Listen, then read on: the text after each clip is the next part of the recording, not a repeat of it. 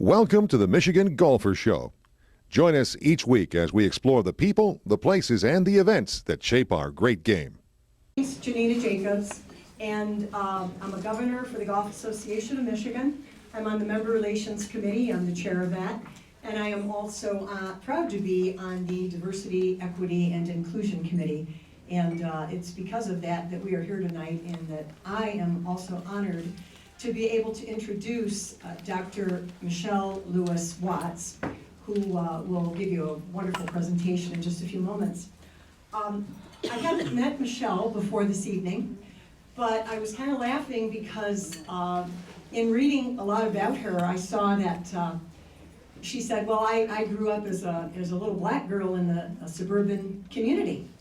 And I said, well, Michele, I grew up as a little white girl in a black community. And I says, you know, there were a lot of things that happened that were very similar, and the experiences are just something that you take with you. There is a quote that I would like to share with you. You've probably heard it before, but it came from a paper that was written by historian Laurel Thatcher Aldrich.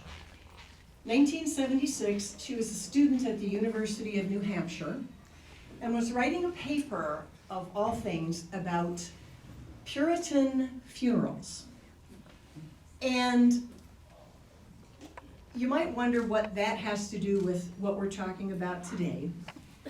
But this woman went on to become an American history historian, and she teaches at Harvard.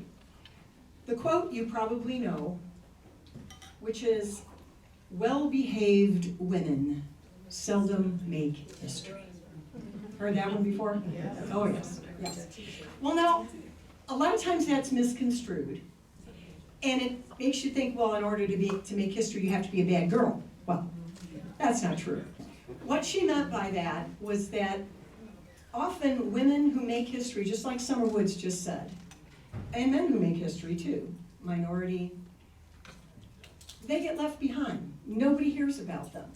Because really the only time you do hear about them is if they do something wonderful, but then they lose that well-behaved title because of how they had to do it. So what we're doing here today is we are celebrating all that we have done. I look around the room and I see so many women that I have known for decades playing golf. In fact, ironically, I was the first woman to play on a men's golf team both in high school and in college in Michigan, right after Title IX passed in 1972. So that was from 1972 to 1977 at Pershing High School and at Wayne State University.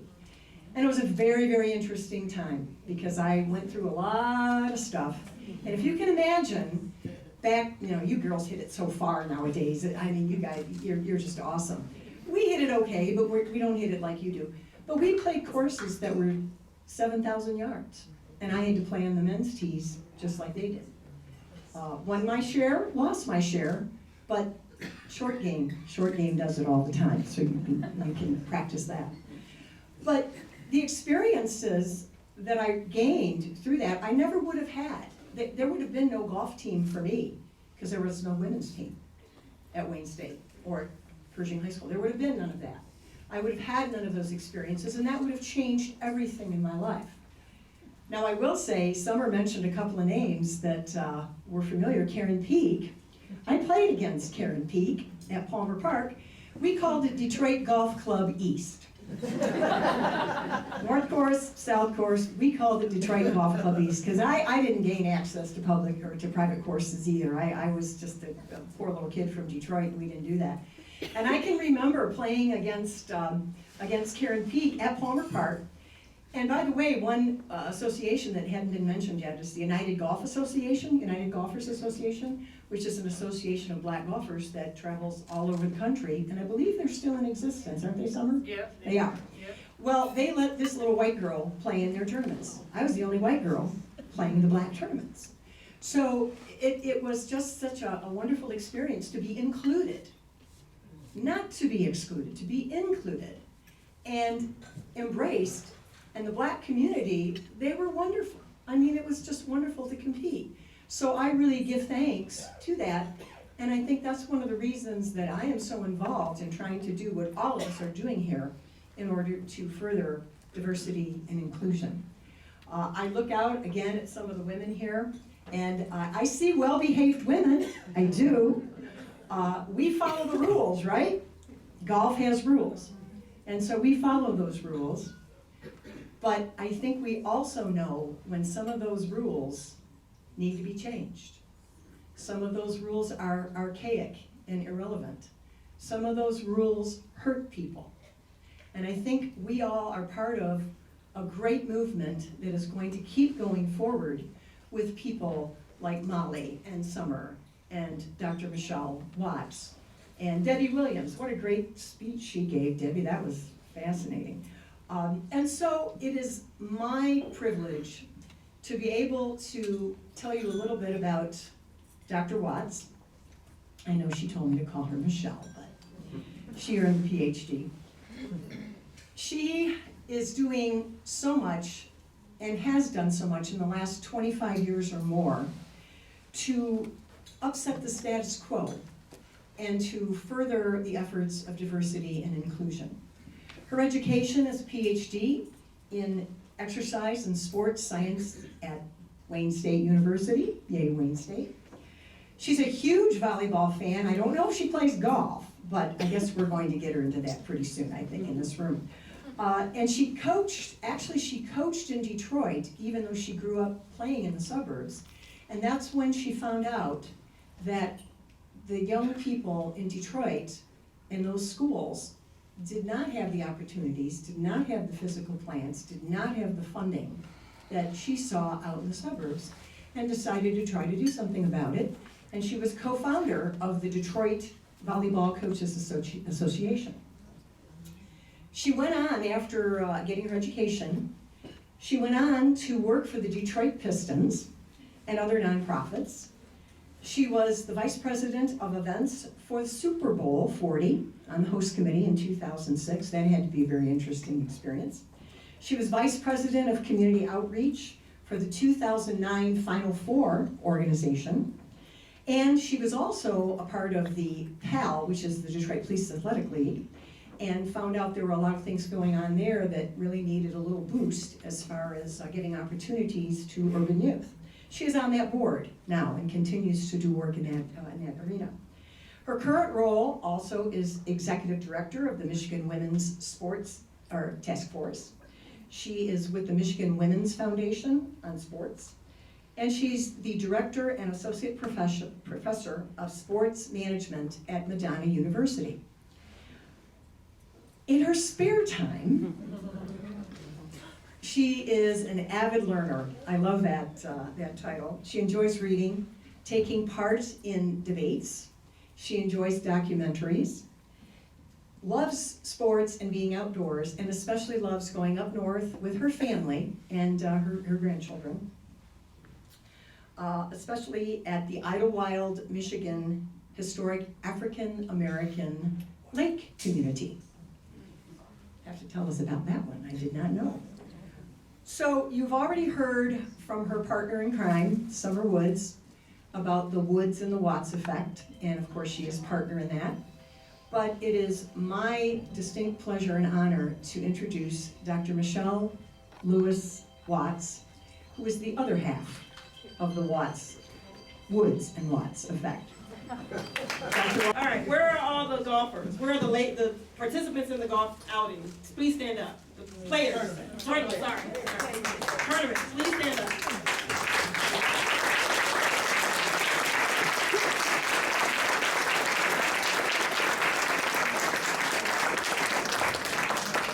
It probably doesn't feel like it, but all of this is for you. It's all for you. I am not a golfer. Clearly, I said the wrong thing. I'm golf adjacent because I know Summer Woods. My husband has taken up golf, and as Tom just leaned over to me, you clearly don't have time to play golf, and I don't. I'm very good at being very busy. So first of all, thank you all for having me tonight. I'm actually a stand-in for the Secretary of State, Jocelyn Benson, who is the chair of the Women's Sports Task Force. So my apologies for that, but I think you'll learn a lot from me as well. Debbie and Judy and Molly, great messages and lots of things that resonated. Thank you very much. Resonated for me. I consider myself a Title IX baby. Right? I was born in 1972, which means I'm 35. I got those good genes from my parents. But even in that, as a little girl, I was told when I had on my brother's football helmet that girls don't play football, right? I was also told when I was in the mirror one day flexing my muscles, girls don't have muscles. In track, I was a track athlete first. I wanted to pole vault, and back then, girls are not allowed to pole vault, right? And this is not ancient history. This is not pre-Title IX. This is modern day. So I was started in cheerleading. How many people started in cheerleading? Right? That was your introduction to sports, okay? Cheerleading was my first physical activity, so I got to cheer on the boys from the sideline, right? But in 5th grade, during field day, is there still field day, ladies? Girls? All right. At field day, I came in 2nd place in an event behind Philip, who lived in my neighborhood. So then I'm fast. So in middle school, I started running track. And then I eventually found volleyball.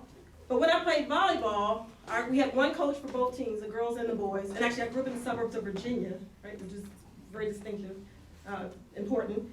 She actually favored the boys, and we could see it. We could see her favoring the boys in practice, what she taught them, how quickly she taught them things, some of the things that they received. But we didn't know about Title IX. We were happy to play, but we didn't know we could have said something. We didn't know we had a law that was there to protect us. We didn't know that. And this was a woman coach that we had. I played volleyball in college, and that exposed me to this career in sports that you've heard about. In my senior year, I got to work with the athletic director at North Carolina A&T, where I went for undergrad. But even in college, we played in the small gym. We played in the gym with no air conditioning, and I sweat a lot. Volleyball is a fall sport in August in North Carolina, right? No air conditioning. We had those fans that basically just blow hot air around, right? That's what we had in our gym. And again, this is not pre-Title IX. This is not that long ago, right? So sports brought me to Michigan. It is the reason that I know Kathy Seldom. It's the reason I know Summer Woods and her mother Jackie over there, who Summer didn't acknowledge. Raise your hand, Mama Jackie. She takes great care of both of us. But it is what brought me to Michigan. My career started at the Pistons. I wanted to work in the NBA, even though basketball is not one of my sports. I eventually went to Super Bowl, where I met Summer. I worked on Final Four, as you heard. And then decided I had some time. So I decided let me see if I can go coach volleyball. And I actually coached, my very first coaching position was at Pershing High School. Right? And I saw big disparities. Big disparities. I took a young lady home every day after practice, because if I didn't take her home, she would not have been able to play volleyball. And that story has continued for me almost every year. I just took a group of girls to Chicago for a volleyball showcase. They would not have been able to go if I didn't drive and buy their hotel room. And then specifically, as Summer mentioned, I am talking about black girls. I coach in Detroit on purpose, in particular, because I know they don't have those resources. So fast forward, I'm here to talk about the Women's Sports Task Force, which is bigger than golf. It is for the entire state of Michigan that this work has been going on. The Governor Whitmer, decided in 2019 to create this task force, and it is chaired by Jocelyn Benson. And she wanted to create this task force for a few specific reasons. One, the governor played sports. She played basketball. And so she's very well aware of how she became a leader and the role that sports played. And you've heard some of that over and over again tonight, the role that sports has played. And in particular, it does something different for girls than it does for boys. How many of you have sons in the room? How many of them are going to be the next whoever, right? They think they're going to go pro, right? Most girls don't get into sports thinking that they're going to play pro. The WNBA is just barely over 20 years old, right? Golf is a little different from that perspective, but most girls don't grow up thinking they're going to go pro. They start sports the same reason boys do, which is to have fun, and then somewhere it starts to change a little bit. And so girls go into it to be with their friends, to learn some skills, to be active, right? To have something to do, to be engaged, but they're not always thinking that they're going to go pro. But as was mentioned earlier, 94% of women in the C-suite have played sports. So there is a direct connection for women playing sports into leadership positions. Our Secretary of State also plays sports. She's a marathoner. She's actually run a marathon 7 months pregnant, right? Hey, women aren't supposed to play more than full court on the basketball. Ridiculous, right? Clearly ridiculous. So she wanted this task force, she created this task force, and what she wanted them to do was conduct research around women and girls in sports in the state of Michigan. She wanted them to look at the barriers and challenges, right? What is happening now? We've had all this success because of Title IX, but what is the case, right? What is happening in our state? And she really wanted to understand how do we create more or give more opportunities for girls in sports so that we can have more women leaders. Because when women lead, it looks different. Anybody can attest to that? Women's leadership looks different. When women lead, they are more inclusive. When women lead, companies do better. They make more money. When women lead, the well-being of the employees are considered. So employees tend to stay longer at organizations. They don't leave so quickly. So women's leadership matters. And women's leadership in this state matters. And that's why the governor created the task force. So the task force did research, and their main goal was to develop recommendations, which I'm going to tell you about tonight, for the governor, which we were going to release next week, one day before the actual 50th anniversary of Title IX, which is on June 23rd. It's federal legislation, which means the state doesn't have a lot of teeth when it comes to enforcing the law. The punishment for Title IX, if you violate it, is removal of your federal funding. Anybody want to guess how many educational institutions have lost their federal funding? Zero. What? It is zero. Even though lots of educational institutions have violated Title IX, lawsuits, complaints, no one has ever lost Title IX funding, federal funding. So why would I act any differently? Those are changes that can happen at the state level. New laws can be put into place, and other states have started to do this. California and Connecticut have put other laws in place to make sure that Title IX is not only followed, but is enforceable, right, just at the state level. Also want to look at increased protections, increased compliance, and increased accountability. And part of that conversation is going to be about transparency, okay? Ladies, girls that play at your, I assume you all play at your school as well? Yes, no? Or your school golf team? Can I get some head nods or something? Yeah, okay. Do we know the girls' budget for the golf team? Do we know the boys' budget? Yes, I know both. You know both? All right. Are they equal? They're equal? Yes.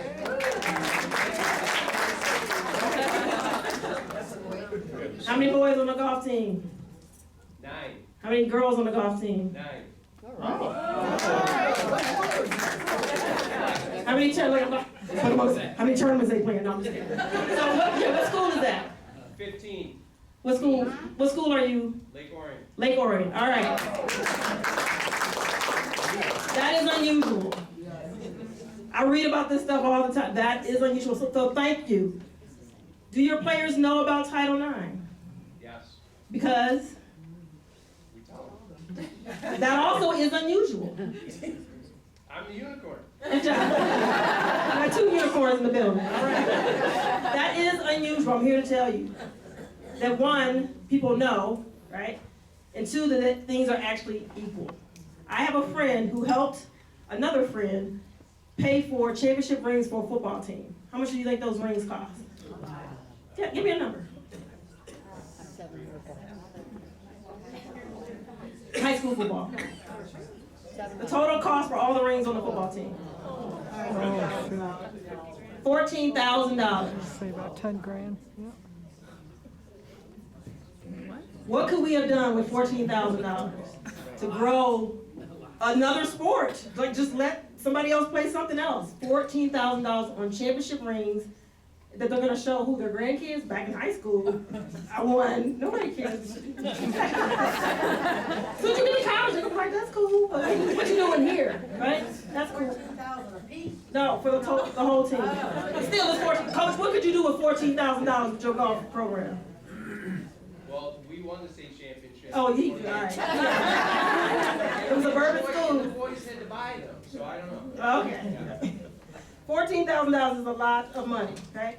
So accountability means we also need transparency. So we need to be in a position, one, to be informed, but also to be okay with asking questions, asking for the data, right? And so those are also laws that might get passed to say, you gotta start sharing this data. It's a federal law anyway. Share it, right? We need the reports to be public. We wanna know what's going on, because we need to know how much we need to fight, right? The second recommendation is to invest in the talent and leadership pathways that explicitly support careers in sports for girls. I am in sports, I've been in the sports business because I played sports, right? And there's lots of women who are not in the sports business because they played sports. So either way, we get more women playing sports, we're gonna have more leaders. But we need people to be intentional about that investment. So things like the John Shippen, things like what Francine is doing, but also mentorship and sponsorship. Are you making sure that the next generation has a seat at the table? Which might mean you gotta get up from the table, right? You might have to pass your chair on to someone else. And that's okay, because you've done the work. And so now let someone else take over, right? We need to make sure that those opportunities are available and constant for girls to express themselves. We need to work more with colleges, right? So I know Kathy Seldom, because we both teach at Madonna University. She teaches exercise science, I teach sport management, and most of our classes are mostly boys, for the most part. And we want more girls to be in our classes so that they know that they can have a career in sports. And we have to investigate more about why they think they can't work in sports. Well, is it gonna pay me right? Is it gonna pay me equitably? Am I gonna get that? Am I gonna be the only woman in the room? Am I gonna be the only black woman, Native American woman, Hispanic woman in the room? Right, we have to have these intentional messages for our young ladies. And then recommendation 3 is to really engage the public, the youth sports community, the larger sports industry, and the business community to support solutions and increase opportunities for girls and women. And that might include, right, more golf tournaments. That might include fighting to elevate the Detroit City Football Club women's team out of pre-professional into professional, right? That might mean getting a group of women together to bring a WNBA team back to our state, right? But we also need businesses to sponsor women's sports. We need the funding, right? And it doesn't always have to come out of mom and dad's pocket. There's plenty of money in this capitalist world that we live in, and we just have to get that money spent in a slightly different way. So now, what can you all do? You're sitting in this room, you're hearing the stuff that the task force came up with, and the task force ends this month, after we release the report, the task force goes away. And the goal is to carry forth the work, but it requires money. So we need, foundation grants, we need people to step up. But what can you do as an individual to help this cause? So for the girls in the room, the athletes, your job is to challenge the status quo constantly. Know that we have your back if you're gonna ask a question. If you're gonna say, why don't I have? Why don't we have? You have to challenge the status quo over and over and over again, because that's the only way that we got to where we are today, is because someone challenged the status quo. Ask questions. Just ask lots of questions. Just keep asking questions till you get to the person who can answer it, or you get the answer that you want. We also need you young ladies to show up authentically. Don't make yourself small. Nope. Be your full self. Show up every day being the top golfer that you are. And even on the days when you're not a top golfer, pretend you are. Fake it till you make it, right?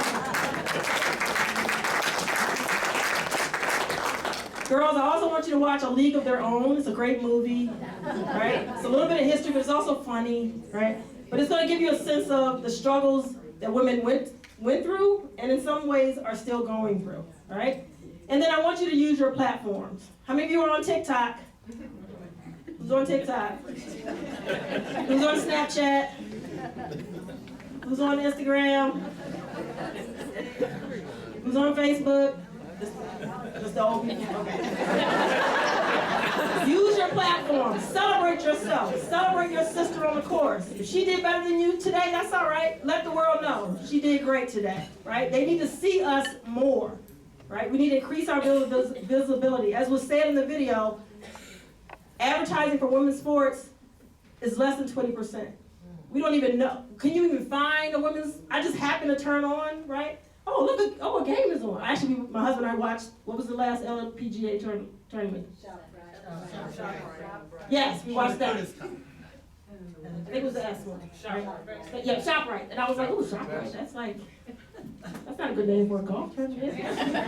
Anyway, again, I'm not a golfer. When we turned it on and my husband's watching it, he's so impressed. Sometimes I think he wants to hit from the forward tees, right? But use your platforms to showcase what we are doing, what you are doing in this sport. For the women in the room, the ones who have gone before, you have to support, you have to mentor, you got to pay the way. The story about Anita should not have to be told. She should have been able to just call like 3 people and say, hey, I need money to support me on this tournament, right? And if you are a woman that can do that, tell these girls now, you can call me when you need something. It might not be $1,000, it might not be $100, but I can support you. Or you know people, right? Your networks. Use your resources to help the next generation, or to continue, because I know many of you have already done this work. All right, for the men, y'all aren't being left out. You know, I'm not meant to beat y'all up, right? We need y'all to listen. First step into being an ally is to listen. Don't talk, listen. Let them tell you, let us tell you about our experiences. Here's what we need, here's what we want. Just listen. And then use your network, right, to create change. How many men in here have daughters or granddaughters? Would you not want them to have the best opportunity possible, the most opportunities possible? In Detroit, 86% of households are headed by women. If women had equal pay, that would change the city of Detroit. If you are the head of a company, if you work in HR, are you doing an equity audit? Are you doing pay equity audits? There are things that we can all do to contribute to this conversation. So men, we need you to step up and be allies. When someone tells a gender-based joke, we need you to say something. Not laugh, not just be quiet. We need you to say something. And you can just say, just very simply, that's not funny. Because you could be talking about my daughter or my granddaughter or my favorite niece, right? We need you to say something. We also need you to check your language, right? And no longer no one else is ever allowed to say ladies' tees. You may only say forward, right? Check your language. What are you saying? And in particular, what are you saying to the girls? Hey, sweetie, oh, that was really good today. You're a really smart cookie, right? These are things women have to hear all the time, right? Has a man in here ever been called a smart cookie? You're just smart, right? You're just smart. You get to be called a smart cookie. Yeah, right, maybe we should start calling them smart cookies. Right? Check your language, right? These are simple steps that you can implement. And then finally, for GAM, what can you do? Keep celebrating women. It doesn't have to be a Title IX celebration. It doesn't have to be the 50th anniversary to have these conversations, these kind of events. Let's keep celebrating women, girls and women, as much as possible, as many ways as possible. And have those uncomfortable conversations that Summer mentioned, because that is the way progress has been made. Never ever in this country is somebody just saying, oh yeah, come on. That's a good idea. That's just, yep, I'm gonna move out the way and yep. It does not, it's a fight. It has always been a fight in this country. So we have to have those uncomfortable conversations so that we can create this change. Thank you so much for having me. Thank you so much for listening.